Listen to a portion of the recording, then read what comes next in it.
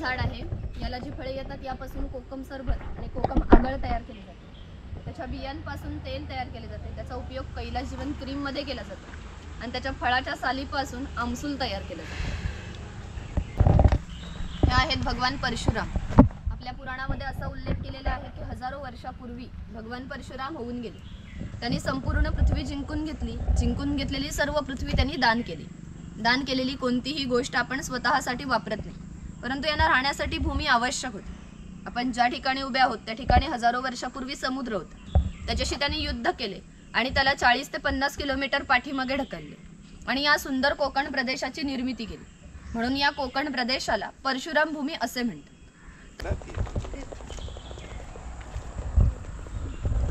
हे चिरफळाचं झाड आहे। चिरफळाची फळे ही जंतुनाशक आहेत, म्हणून त्यांचा उपयोग शेतकरी धान्य साठवण्यासाठी करतात। तसेच त्याचा उपयोग गरम मसाल्यासारख्या पदार्थांमध्ये केला जातो। हे ग्रामदेवतेचं मंदिर आहे। पूर्वी धार्मिक संस्था गाव नियंत्रित करीत असत।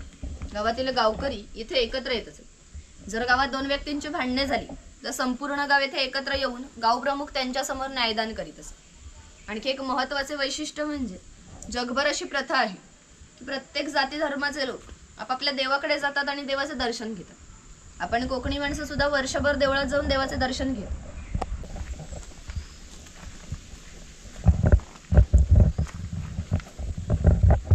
हा कोळी समाज आहे। कोळी समाजाचे लोक समुद्राच्या इतके जवळ राहतात की समुद्राच्या भरतीचे पाणी यांच्या घराला लागून जाते। एवढी छोटी होडी घेऊन हे लोक 8 ते 10 तास खोलवर समुद्रामध्ये मासेमारी करतात। कधी कधी समुद्राच्या उसळणाऱ्या लाटा त्यांच्या होडीपेक्षाही मोठ्या असतात। तरीही हे लोक कुशलतेने होडी वल्हवतात आणि पहाटेच्या वेळी परत येतात। हा नाभिक आहे। पूर्वी कोकणामध्ये 12 बलुतेदार पद्धती अस्तित्वात होती, म्हणजे नाभिक, सुतार, कासार हे लोकांच्या घरोघरी जाऊन सेवा पुरवत असत. त्या बदल्यात त्यांना पैसे नव्हे तर केवळ धान्य मिळत असत. नाभिकाविषयी थोडं मजेशीर वर्णन आमच्या लोकसाहित्यामध्ये आढळतं. असं म्हणतात की गावातील प्रत्येक गोष्ट ही नाभिकाला माहीत असते आणि नाभिकाला माहीत असलेली गोष्ट गावभर होती. आता तुम्ही आला ती गोष्ट ज्या अर्थी आमच्या नाभिकाला समजलं त्या अर्थी ती आमच्या संपूर्ण गावाला समजली. आमचं सगळं गाव तुमच्या स्वागतासाठी उत्सुक आहे. प्रथेप्रमाणे आपण आधी खोतांच्या घरी जाऊ आणि मग गावामध्ये फेरफटका मारू. ठिकाणी राजकीय बाबतीत पहिला मान खोतांचा असतो. हे खोतगावचे प्रमुख असत. गावात न्यायदान करणे, महसूल गोळा करणे, कायदा व सुव्यवस्था सांभाळणे ही कामे खोतांची असतात. ही खोतांची बायको आहे. कोकणी स्त्रिया सुंदरही होत्या आणि शूरही होत्या, परंतु त्यांना स्वातंत्र्य नव्हते. माजघराचा उंबरठा त्यांच्यासाठी मर्यादा होती. तिथे खोतांची 2 मुले आहेत. ते आपला परंपरागत खेळ सोंगट्या खेळत आहेत. महाभारतामध्ये हा खेळ धर्मराज आणि दुर्योधन यांच्यामध्ये द्यूत नावाने खेळला गेला. घराची रचना पहा. खोत ज्या उंचवट्यावर बसले त्याला ओटी म्हणतात. गावातील मान्यवर लोक ओटीवर बसतात. समोर आहे ती पडवी. सर्वसामान्यांनी पडवीला बसायची. खोतांच्या उजव्या बाजूला असायचे देवघर, डाव्या बाजूला स्वयंपाकघर. खोतांच्या मागच्या बाजूला माझघर म्हणजे पूर्वीची बेडरूम. घराचे छप्पर पहा. वरती छोटे छप्पर आहे, मध्ये गॅप आहे, त्याखाली मोठे छप्पर. कोकणामध्ये उष्णता फार असते, त्यामुळे घरातील उष्ण हवा गॅप मधून बाहेर जाते आणि बाहेरील थंड हवा तिची जागा घेते. त्यामुळे घरातील वातावरण थंड राहते. घरासमोर पाटाच्या पाण्यावरती लहान मुलं खेळताना जातात. खरंच बसली घाबरायचं एखादं. हा कुंभार आहे. गावातील मातीशी संबंधित सर्व कामे कुंभार करीत असतात.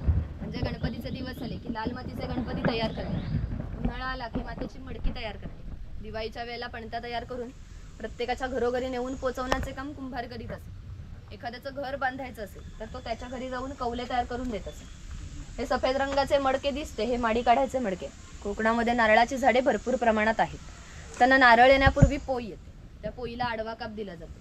बाजूने विशिष्ट प्रकारचा झाडपाला लावला जातो. तो पाला आतील माडी शोषून घेतो आणि थेंब थेंब गळणारी माडी मडके वरचेवर लावून त्यामध्ये साठवली जाते. काळाच्या ओघात 12 बलुतेदारांचे व्यवसाय हे नष्ट होत चालले, परंतु माडी काढण्याचा व्यवसाय हा अजूनही व्यवस्थित चालू आहे. शेतकऱ्याला लागणारी लाकडी अवजारे बनवून देणे हा सावंतवाडीचा सुतार आहे. सावंतवाडीतील लोकांचे लाकडावरील कोरीव काम जगप्रसिद्ध आहे.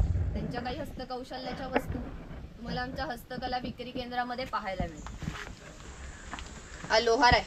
शेतकऱ्याला लागणारी लोखंडी अवजारे बनवून देण्याचे काम लोहार करीत असे. उदाहरणार्थ कोयती, कुऱ्हाड, नांगराचे फाळ. 500 वर्षापूर्वीची कोकणाची राजकीय परिस्थिती अस्थिर होती. इथले बरेचसे लोक सैन्यामध्ये होते.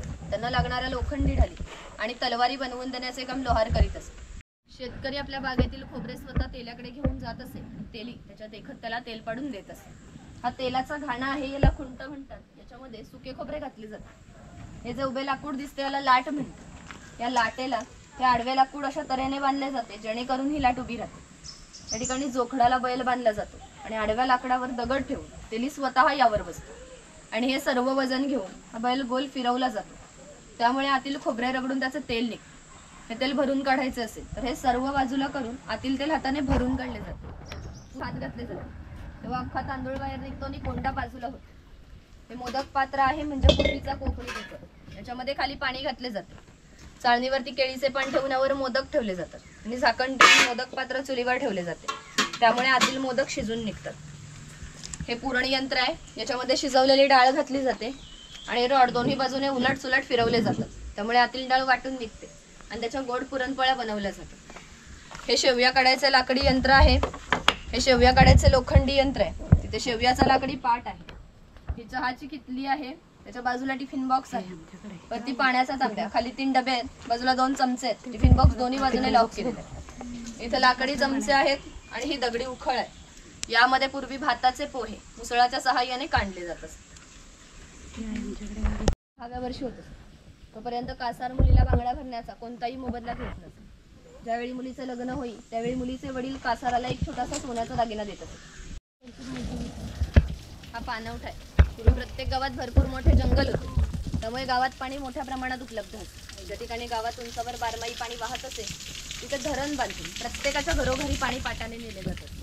या पाण्यावर आमच्या नारळी पोपळीच्या बागाने उन्हाळी भातशेती होत असते. उन्हाळी भात शेतीला पाणी भरपूर लागते, तेवढे पाणी प्रत्येक गावात उपलब्ध आहे. तर ती खवले मांजर दाखवली. इथून 80 किलोमीटर अंतरावर मार्लेश्वर नावाचं देवस्थान आहे. एका पर्वतामध्ये एक गुहा आहे, गुहेमध्ये शंकराची पिंडी आहे. आणखी एक वैशिष्ट्य म्हणजे गुहेमध्ये अजूनही जिवंत साप आहे. पूर्वी मार्लेश्वर देव एका गावामध्ये राहत होते. तेथील लोक वाईट मार्गाने वागू लागले, त्यामुळे शंकरांचे पावित्र्य कमी होऊ लागले. शंकरांना ते मान्य होणे शक्य नव्हते, म्हणून त्यांनी गाव सोडून जाण्याचा निर्णय घेतला. मकर संक्रांतीच्या आदल्या रात्री ते गावाबाहेर पडले. गावाबाहेर चर्मकाराचे घर होते. चर्मकार गरीब होता, परंतु श्रद्धाळू आणि नीतिवान होता. शंकरांनी कोणत्याही जातीपातीचा विचार न करता चर्मकाराला मशाल दाखवण्यासाठी विनंती केली. चर्मकाराने सुद्धा अतिथी देवो भव समजून मशाल दाखवण्यास सुरुवात केली. आज ज्या ठिकाणी मार्लेश्वर आहे त्या ठिकाणी जाऊन शंकरांनी आपले खरे रूप प्रकट केले आणि चर्मकाराला दर्शन दिले आणि त्याला सांगितले की यापुढे मी याच ठिकाणी राहणार. या गोष्टीला जवळजवळ 500 वर्षे होऊन गेली. परंतु दरवर्षी मकर संक्रांतीच्या आदल्या रात्री शंकरांची त्यांच्या मूळ गावातून पालखी निघते आणि तिला मशाल दाखवण्याचे काम चर्मकाराचा आजचा वंशच करतो. म्हणजे मार्लेश्वर हे असे देवस्थान आहे जिथे कोणत्याही प्रकारचा जातीभेद मानला जात नाही.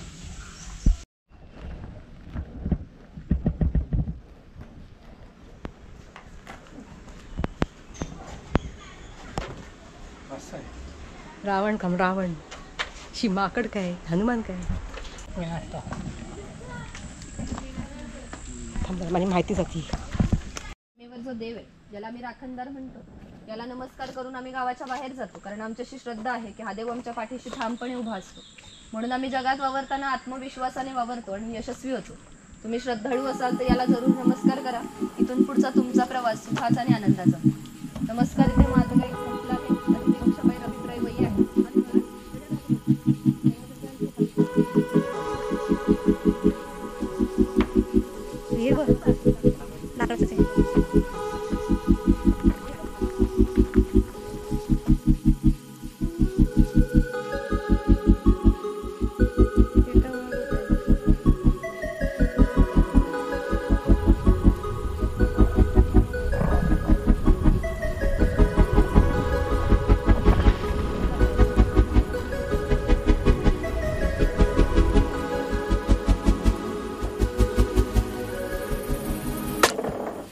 ते जनावरांना कोट्याला बघायची होती.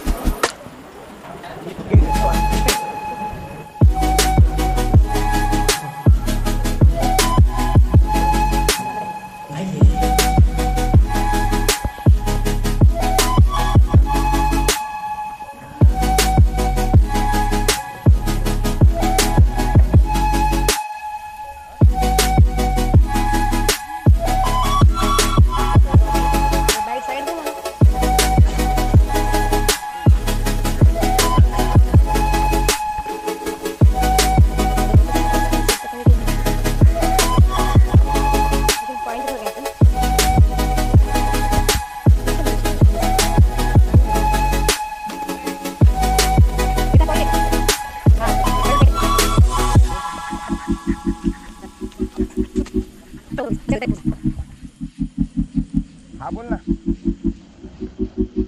अरे ते रिंग मतलब कॉल लॉक करायला